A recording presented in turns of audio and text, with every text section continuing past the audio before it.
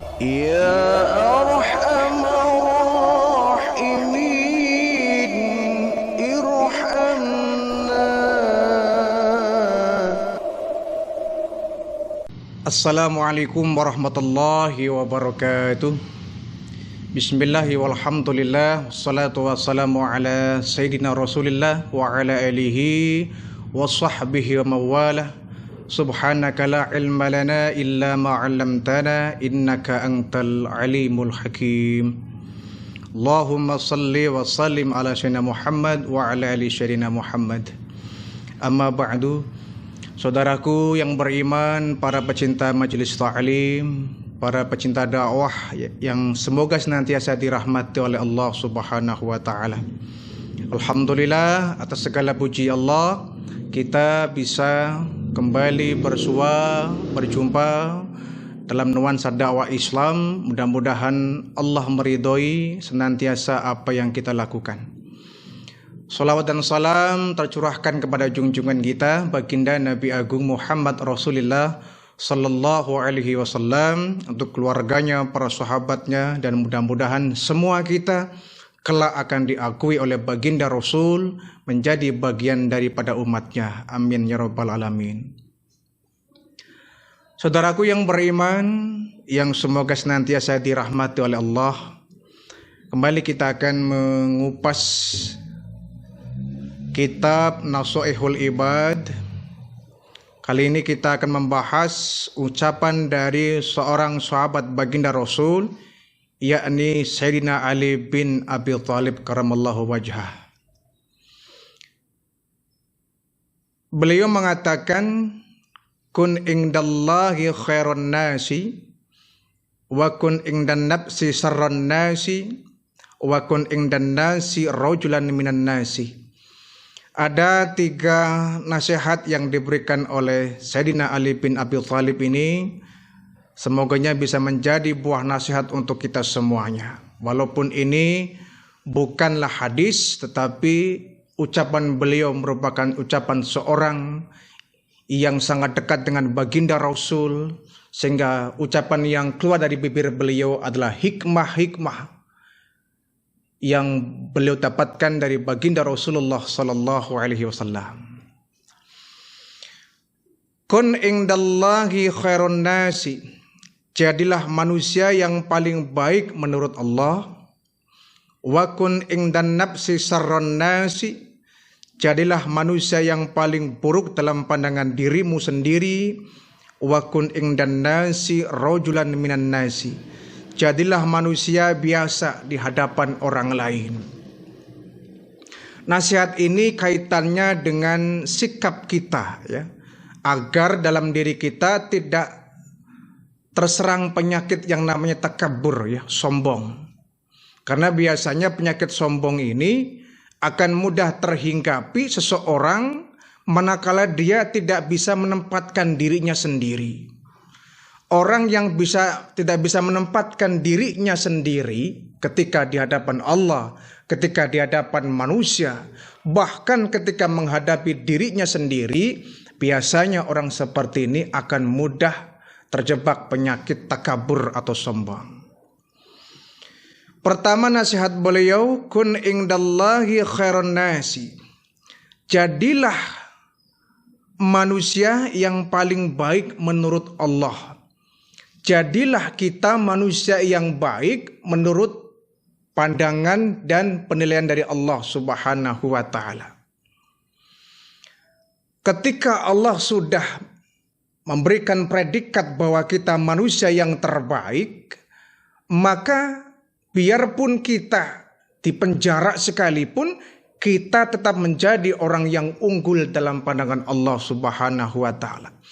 Berapa banyak ulama-ulama terdahulu yang mereka dari sebab berdakwah sampai dijebloskan ke dalam penjara, ada yang digantung, ada yang dibunuh, dan lain sebagainya. Karena mungkin menurut manusia ini orang-orang yang berbahaya atau orang yang tidak berguna. Tetapi kalau dalam pandangan Allah termasuk orang yang mulia, maka insya Allah kita tetap akan menjadi orang yang mulia. Lebih baik kita dihina orang, lebih baik kita hina di mata orang daripada kita hina di mata Allah. Kita kadang terbalik. Ya. Hina di mata Allah nggak jadi soal. Yang penting kita di mata orang, kita orang yang terhormat. Dan itu banyak terjadi. Ya. Orang sudah mendapatkan jabatan tinggi, udah naik ke mobil yang mewah, bahkan dia disegani orang banyak, dengan bangganya dia menjadi orang yang nomor satu, misalkan di tempatnya, di daerahnya, tanpa dia kemudian introspeksi, saya tuh mulia di hadapan orang, atau jangan-jangan hanya mulianya di hadapan orang saja, sementara di hadapan Allah kita menjadi orang yang hina. Lebih baik kita menjadi orang yang tidak berguna ya untuk orang lain ya, daripada kita tidak berguna dalam pandangan Allah. Ya syukur-syukur kita berguna dalam pandangan Allah, kita pun berguna untuk orang lain. Namun kalau kita boleh memilih ya, lebih baik kita menjadi orang yang terbaik menurut Allah daripada kita menjadi orang yang terbaik menurut orang lain, menurut manusia, sementara menurut Allah kita menjadi orang yang terburuk. Gitu. Nah, caranya bagaimana agar kita menjadi orang yang terbaik di mata Allah? Ya tentu caranya tidak ada lain kecuali melaksanakan ibadah. Kita laksanakan syariat Islam, kita laksanakan perintah-perintah Allah, kita menjauhi larangan-larangan Allah. Ini cara agar kita menjadi orang yang terbaik dalam pandangan Allah. Menjadi orang yang bertakwa. Karena orang yang bertakwa adalah orang yang mulia dalam pandangan Allah. Inna akramakum indallahi atqakum. Sesungguhnya orang yang mulia dalam pandangan Allah adalah mereka orang-orang yang bertakwa. Menjadi orang yang terbaik di mata Allah, ya caranya tidak ada lain kecuali menjadi orang yang bertakwa. Melaksanakan sholat, melaksanakan puasa, melaksanakan zakat, syukur-syukur haji umroh kita tunaikan. Ini cara bagaimana kita meraih predikat orang yang baik dalam pandangan Allah. Gitu. Ya. Jangan sampai dalam pandangan manusia kita menjadi orang yang terhormat, kita menjadi orang yang hebat, menjadi orang yang bergelar panjang, menjadi orang yang luar biasa, dipuji ke sana kemari, sementara kita dihinakan oleh Allah Subhanahu wa taala. Seperti Firaun. Firaun ini ketika menjadi raja, dia dipuja-puja oleh rakyatnya, menjadi orang yang hebat, menjadi raja yang besar dalam kacamata manusia. Tapi karena Fir'aun ini adalah orang yang berhati iblis, dia menentang dan durhaka kepada Allah, maka dia rajanya hanya di hadapan manusia, ya, terhormatnya hanya di hadapan manusia, di hadapan Allah dia menjadi orang-orang yang hina. Ini sangat penting ya. Karena hidup kita kan sebentar. Apa artinya kita dipuji orang kalau kita harus dihinakan oleh Allah? Apa manfaatnya kita diagung-agungkan orang sementara kita nggak punya posisi dalam pandangan Allah? Jangan pernah kita tidak memperdulikan itulah. Biarlah nggak apa-apa kalau kita hina di mata Allah, kan kita nggak akan rugi di dunia ya. Lebih baik kita menjadi orang yang hebat ya. Urusan Allah mah urusan pribadi-pribadi. Banyak ya, orang-orang kita yang dia lagaknya seorang terhormat, lagaknya seorang yang berpendidikan tinggi, lagaknya seorang yang banyak peminatnya, banyak dipuja ke sana kemari, dibutuhkan semua orang, tapi di mata Allah dia menjadi orang yang hina. Kun indallahi khairon nasi, jadilah manusia yang paling baik menurut Allah Subhanahu wa taala. Biar menurut orang lain kita orang yang tidak bernilai. Baik menurut pandangan orang lain kita mungkin gak bernilai, gak jadi soal. Kita mungkin dipandang rendah oleh orang lain, gak jadi soal. Kita mungkin dilecehkan oleh orang lain, gak jadi soal. Kita mungkin nggak punya nilai di mata orang lain, nggak jadi soal. Ya. Selama kita memiliki nilai dalam pandangan Allah, pandangan manusia semuanya nggak berarti. Satu. Yang kedua, kata Ali bin Abi Thalib, wakun ingdan nafsi syarrad nasi. Jadilah manusia yang paling buruk dalam pandangan dirimu sendiri. Anggaplah kita menjadi orang yang paling buruk dalam pandangan kita sendiri. Jangan sampai kita terbalik ya. Kita menganggap kita orang yang paling baik, sementara orang ngecap kita orang yang tidak baik. Akhirnya kita kelewat pede, kelewat percaya diri, tapi salah itu. Kita merasa diri kita benar, semua salah. Ya. Padahal keburukan kita di mata orang lain itu sangat besar umpama. Maka pandai-pandailah kita untuk menasehati diri kita sendiri. Kita mungkin pandai memberikan nasihat petuah kepada orang lain ya. Tapi tidak semua orang mampu menasehati dirinya sendiri.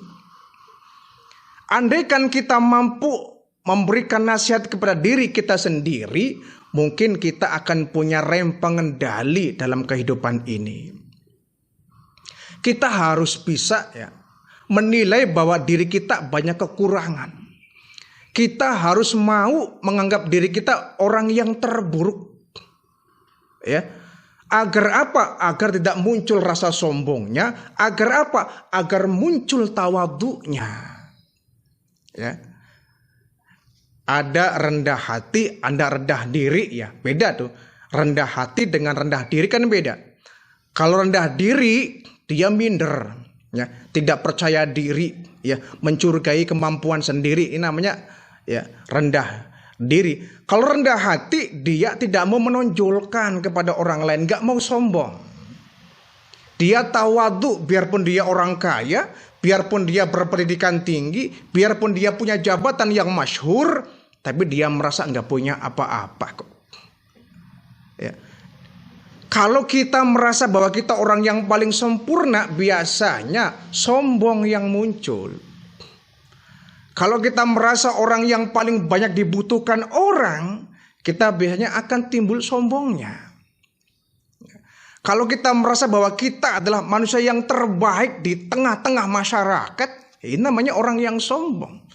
Ya seperti iblis. Iblis ketika diperintah oleh Allah untuk menyembah, bukan menyembah ya, sujud penghormatan kepada Adam, iblis nggak mau. Kenapa? Iblis merasa bahwa dia orang yang lebih baik daripada Adam. Ini kan orang yang sombong. Seandainya iblis mengakui kesombongannya, dia bertobat kepada Allah, mungkin Allah nggak memvonis dia menjadi penghuni neraka nanti. Jadi segala kesombongan Allah nggak suka. Sombong karena ilmu, Allah benci. Sombong karena harta, Allah benci. Sombong karena jabatan, Allah benci. Sombong karena silsilah keluarga, ya, bangsawan misalkan, Allah benci. Ya. Kenapa? Kesempurnaan semuanya milik Allah. Manusia adalah makhluk yang lemah, nggak bisa apa-apa, nggak berdaya kita. Wong kita nggak berdaya kok merasa paling kuat, kan aneh. Semua kita kan nggak bisa berbuat apa-apa kecuali atas izin Allah. Kita bisa bicara, izin Allah. Kita bisa bekerja, bisa berjalan. Semua atas kerja Allah. Kita mah hanya menerima tahu jadi saja. Kita nggak punya apa-apa. Kita lemah dalam pandangan Allah. Kenapa kemudian kita timbul sombongnya, seolah-olah kita menjadi orang yang kuat dalam pandangan Allah Subhanahu wa Ta'ala. Jadi orang yang baik adalah orang yang merasa dirinya itu perlu bebenah. Ya. Dia merasa dirinya belum mampu, dia merasa dirinya penuh kekurangan, sehingga dia ada kemauan, ada motivasi untuk selalu memperbaiki diri. Kalau kita merasa bahwa kita sudah baik, sudah sempurna pahala ibadah-ibadahnya, kita cenderung menyepelekan. Ya. Kita harus merasa ibadah kita masih buruk. Ya. Kita harus merasa penghambaan kita kepada Allah masih buruk. Untuk apa? Untuk dijadikan motivasi agar kita dari hari ke hari, tiap detik kita merasakan ada perjuangan untuk mengarah kepada yang lebih baik. Kun ing dan nafsi sarnas, jadilah kita orang yang paling buruk dalam pandangan diri kita sendiri. Jangan pernah kita merasa paling pintar. Jangan pernah kita merasa paling hebat, paling berkuasa, paling punya wewenang. Ya. Yang semua itu kemudian akan menyebabkan kita terjebak kepada penyakit takabur, sombong. Kalau sudah sombong, pasti akan Allah berikan malapetaka kepada orang yang bersangkutan. Na'udzubillah min dzalik. Yang ketiga, wakun ing dan nasi rojulan minan nasi. Jadilah manusia biasa di hadapan orang lain. Ya, ini nasihat yang sangat baik ini dari Sayyidina Ali bin Abi Thalib ini. Jadilah kita manusia yang biasalah di hadapan orang lain. Jangan suka nonjol-nonjolkan diri. Ya. Punya gelang emas, alhamdulillah. Nggak usahlah dipakai-pakai, apalagi di hadapan orang yang niatnya manas-manasin orang. Biasa sajalah. Ya, kita punya baju bagus, alhamdulillah. Nggak usah kemudian mentang-mentang bajunya bagus, kemana kita pergi itu yang dipakai. Ya, biasa saja. Ya. Mentang-mentang gelar jabatan kita sampai panjang ya, jadi jenderal bintang 4, biasa sajalah. Itu bintang palsu kon, bukan bintang ciptaan Allah ya. Itu bintang pangkat saja kok. Sudahlah, jangan menyebabkan semua itu kita jadi sombong. Jadilah orang yang biasa saja. Ya, jangan mentang-mentang kaya dengan tetangga enggak kenal. Ya, mentang-mentang orang berada melihat orang lain memandang sebelah mata. Jangan mentang-mentang kita jadi artis dikenal semua orang, dikenal di seluruh kalangan orang, kemudian kita memandang rendah kepada orang yang mungkin ya ekonominya di bawah kita. Jadilah orang yang biasa. Ya, jadi orang biasa saja. Jadi rakyat ya biasa saja. Jadi pejabat ya sudahlah biasa saja. Jangan sok-sokan kita menjadi orang yang hebat di mata orang lain. Kita sekali lagi adalah makhluk yang lemah, makhluk yang tidak berdaya. Semua milik Allah. Ya, bahkan badan ini juga milik Allah. Ruh kita juga ini milik Allah. Kita nggak punya apa-apa di dunia ini. Kita nggak punya apa-apa. Kita ini makhluk yang miskin. Kalau toh kita punya harta, itu titipan dari Allah, bukan punya kita. Titipan dari Allah Subhanahu wa ta'ala. Yang titipan itu satu saat nanti akan dimintakan pertanggungan jawab di hadapan Allah. Ya. Semua yang kita punya itu milik Allah. Jangan pernah kita berbangga-bangga. Jangan pernah kita merasa sombong karena kita memiliki sesuatu yang orang lain gak punya. Kita punya suara bagus ya. Alhamdulillah, pelihara suara bagus itu ya. Latih supaya bisa dipakai untuk adzan, supaya bagus dipakai untuk membaca tilawatil Quran. Jangan kita punya suara bagus kemudian kita menghina, merendahkan orang lain. Kamu suaranya fals, nggak usah adzan ya. Kamu suaranya fals, nggak usah nyanyi bikin berisik. Jangan begitu ya.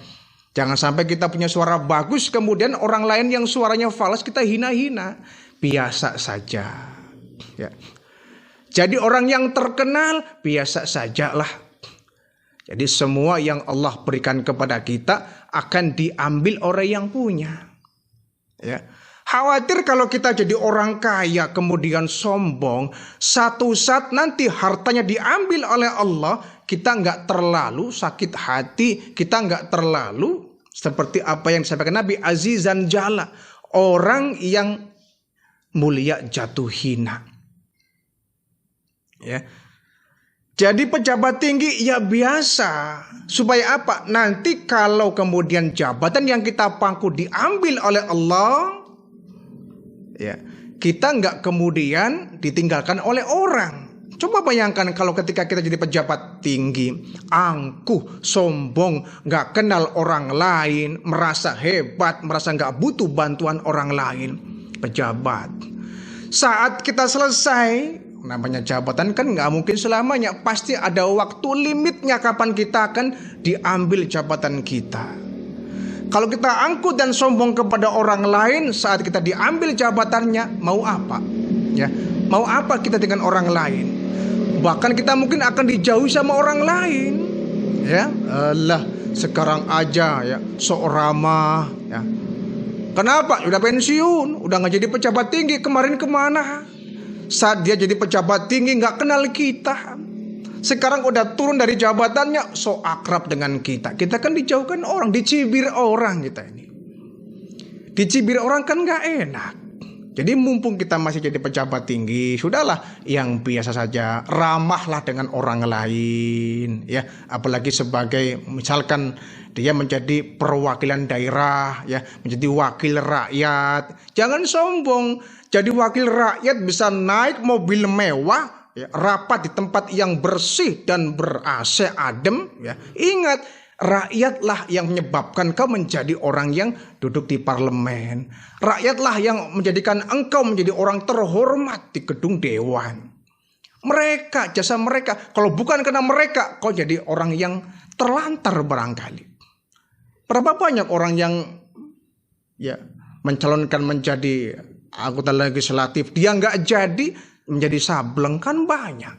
Untung Allah memberikan anugerah dengan tangan Allah menggerakkan tangan-tangan manusia, memilih dirimu menjadi orang yang menjadi berharga, menjadi pejabat tinggi.